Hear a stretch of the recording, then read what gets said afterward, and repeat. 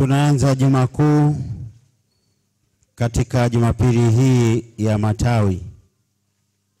Juma Kuu ni wakati tunapotafakari juu ya mateso, kifo na ufufuko wa Bwana wetu Yesu Kristo.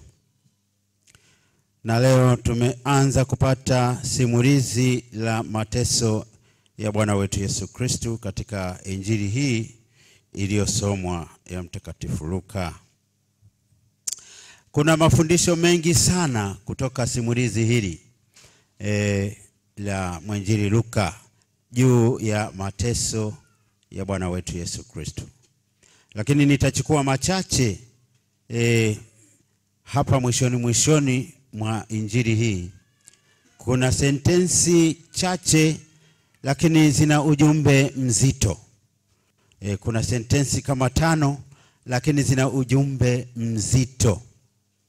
Sentensi ya kwanza inasema kwamba Yesu alipokufa. Haya ni matukio yaliyotokea wakati Yesu anakufa. Sentensi ya kwanza inasema kwamba Yesu alipokufa kulikuwa na giza nene. Masaa karibu 3 toka saa 6 mpaka saa 9. Kulikuwa na giza nene. Giza kweli. Hii habari ya giza ina ujumbe kwamba yeyote atakayemwacha Kristo atakuwa gizani. Atakuwa na giza nene katika moyo wake. Atakuwa na giza nene katika akili yake. Atakuwa gizani kimaadili. Atakuwa anatenda mambo ya hovyo kabisa ambayo kila mtu atayashangaa. Yuko gizani kimaadili. Huyo mtu anayemwacha Yesu atakuwa gizani kiroho.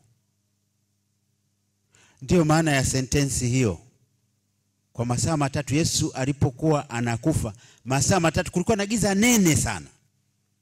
Kwa hiyo yeyote atakayemwacha Kristo ataishi katika giza. Ataishi katika giza. Kiroho, kiakili, kimaadili na kadhalika.